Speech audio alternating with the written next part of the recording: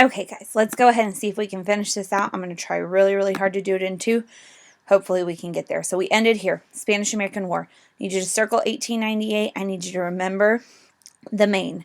Remember, the USS Maine was that U.S. ship that was in Havana Harbor to kind of protect our interests down in Cuba. The sugar, remember the sugar, okay? And all of a sudden, it just exploded one day. Well, we are going to blame Spain for the explosion. We're going to say they took it out. But a lot of it is due to this thing called yellow journalism. Now, you have here the exaggeration of conditions in the U.S. press. Now, I didn't get to talk too much about it, but here is something that you'll want to get down. These two guys' names, Pulitzer and Hearst, are going to be newspaper editors who are basically going to create conditions for war. Think you can see, especially in our current climate, how the media can affect people's perceptions of things. And one thing that I've always very much agreed with is something that one of my bosses says. Perception is reality. If I perceive something as a reality, that's what I go for. And what's going to happen in the press is they are going to, and here's this cartoon right here, these two guys right here, they are spelling something out with their letters in the press, war. And here's one of the quotes that came from Hearst. You furnish the pictures and I'll furnish the war. So yellow journalism or jingoism, good quiz question. Sometimes we call yellow journalism jingoism. Might want to write that down as well. Okay, good quiz question there. Is going to be where basically they say, oh my gosh, the Spanish are, here's an example of one of the things, feeding Cuban prisoners to sharks in Havana Harbor.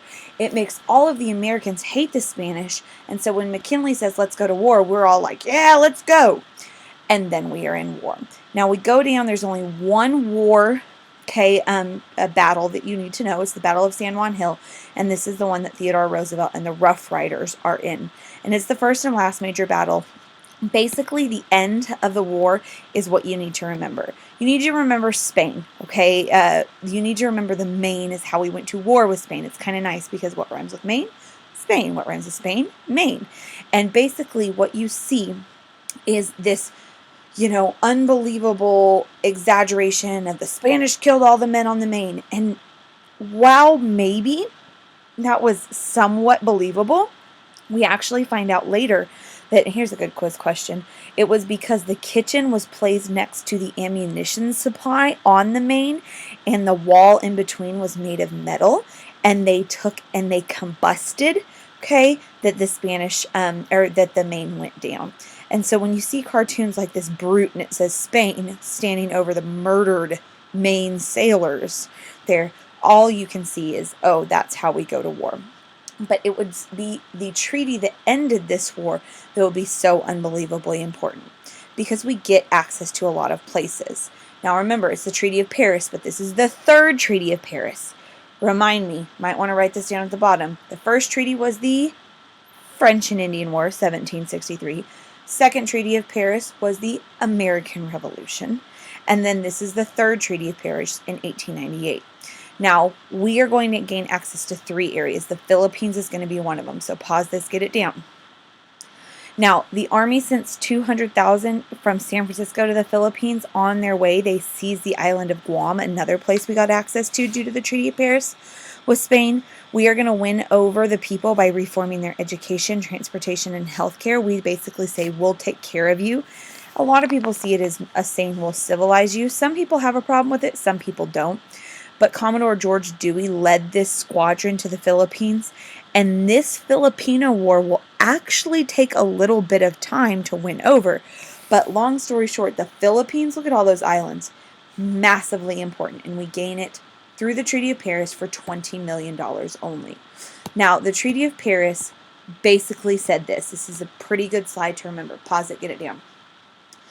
Ends the Spanish-American War. Cuba is freed. But actually, we don't get access solely to Cuba, or we're not the only ones. Spain gave us Puerto Rico and the island of Guam, 2 places, and the U.S. would pay Spain $20 million for the Philippines, which is essentially nothing. But with this, the U.S. would become what we call an imperial power, because you need to circle Puerto Rico, Guam, and Philippines. Think about that to-do list. Acquire places in the Pacific and the Caribbean. Well, Puerto Rico's in the Caribbean, Guam and Philippines are in the Pacific. Those are going to come in awfully handy when we fight World War II, okay? Now, Cuban independence is the question mark. So on this slide, I want you to make sure you pause it, get it down, and listen very carefully. Now, I have Cuban independence question mark. I want you to circle the question mark right here, add it in big, because here's the deal. I said we fought Spain in Cuba for Cuba, but I didn't tell you we got Cuba. That's the weird thing. We got Guam, Puerto Rico, and the Philippines. So what about Cuba? Well, here's what happens to Cuba. It starts as the Teller Amendment, okay? Then it turns into what we call the Platt Amendment, okay? It's kind of amended and it becomes what we know as the Platt Amendment in 1903. Now, Cuba was not to enter into any agreements with foreign powers that would endanger its independence, according to this amendment. And the U.S. basically could intervene in Cuban affairs if necessary to maintain an efficient and independent government. And the other stipulations of the Platt Amendment was Cuba must lease Guantanamo Bay. Circle that. Have y'all heard of that? I hope you have. Guantanamo Bay is where we keep a lot of our terrorist suspects. We can keep them there because technically it's not American soil and we don't have to give them habeas corpus, all this kind of stuff like that. The writ of, habeas corpus, or we can kind of bend the rules when we're interrogating them, unfortunately. But sometimes, that's war. But the other thing is Cuba must not build up an excessive public debt. So if you look at these four things, you'll see that while Cuba is independent, do they kind of have to make sure they abide by rules? So are they really independent? Hence the question mark. So the Platt Amendment definitely ties Cuba to us. And Guantanamo Bay in particular is the thing that we take a hold of, and we still have Guantanamo Bay to this day. If you're very interested in that, you should look it up because there's a lot of stuff about Guantanamo Bay. President Obama was very against it. President Bush was very for it. I don't know who our next president is going to be, but I wonder what their stance will be on it. Now, I have some quiz yourselves. If you want to see if you're doing good on EOC questions, quiz yourselves. You might see this on a test, so it might be worth your time to pause it and see if you know the answers. Maybe you can see a test question before you actually get there. You can ask me a question about it. But big picture, imperialism. America grows overseas. I have Philippines. I have Guam. I have Hawaii. I have Alaska. There's Samoa over here as well. I have now Guantanamo Bay. I have Puerto Rico. So we are gaining tons and tons of area. But one thing that is in particular going to help us is after McKinley leaves office. I told you Roosevelt was in the Spanish-American War, but Roosevelt becomes the hero. He gets appointed to the vice presidency, picked for the vice presidency, and then he becomes president because McKinley dies. You already know this.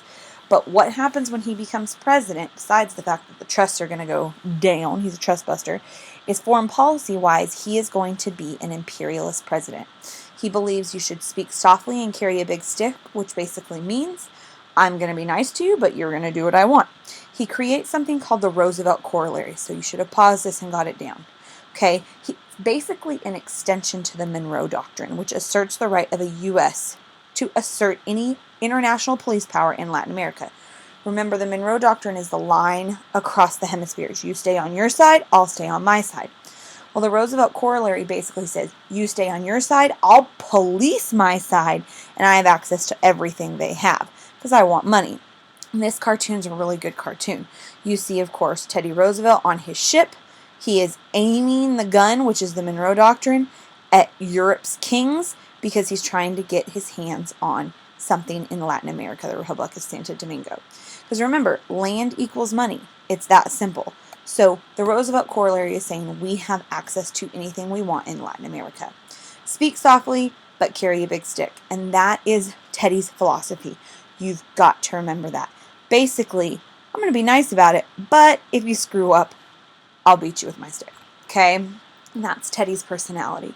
Another good EOC test question. See if you know the answer. Now, the other thing that Teddy is going to do that is going to be massively important is the Panama Canal. Pause this, get it down. Now, we need access to either ocean. But to do that, you would have to go all the way around South America, which takes a lot of time. Time equals money. So Teddy Roosevelt says, we need a canal through Central America. And so did Mahane. Remember the influence of sea power? So in 1904, he visits Panama, and he puts together the Hay-Paul-Savant Treaty with Great Britain that gave us the right to build any proposed canal in Central America, and we are going to build the Panama Canal. Now, with that, the Panama Canal is going to be a massive engineering undertaking. Pause this, get it down.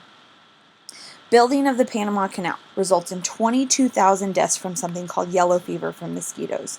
But this new technology is basically we're going to remove tons of lands. It creates locks in the Panama Canal. It's 48 miles long with a series of 6 gates and locks.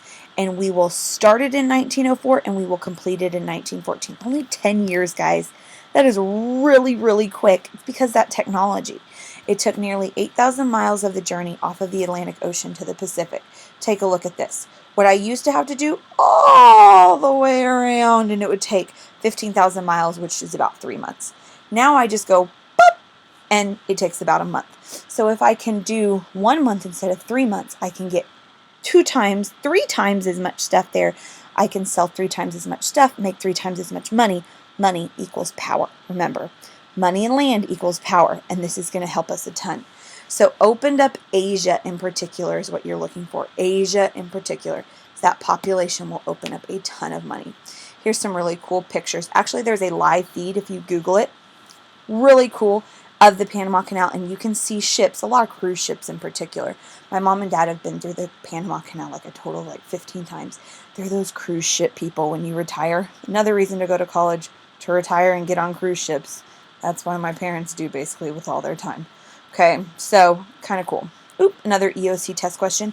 This was on one of the very first EOCs. It's a pretty good one. I think this might actually be on my test too. Might want to look at it. But America is a Pacific power. Pretty big deal. We're starting to gain tons of different areas.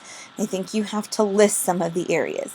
I would say list them in order of importance. The number 1 important is Hawaii. Then probably Philippines or Alaska. Then I think probably Guam, Samoa, or Midway. So pretty important there. And don't forget about Puerto Rico and Guantanamo Bay in the Caribbean. So pretty important there. You know what? This is a really good place to stop. I'm going to have to do 3 of them, but I'm going to try and make the next one pretty short.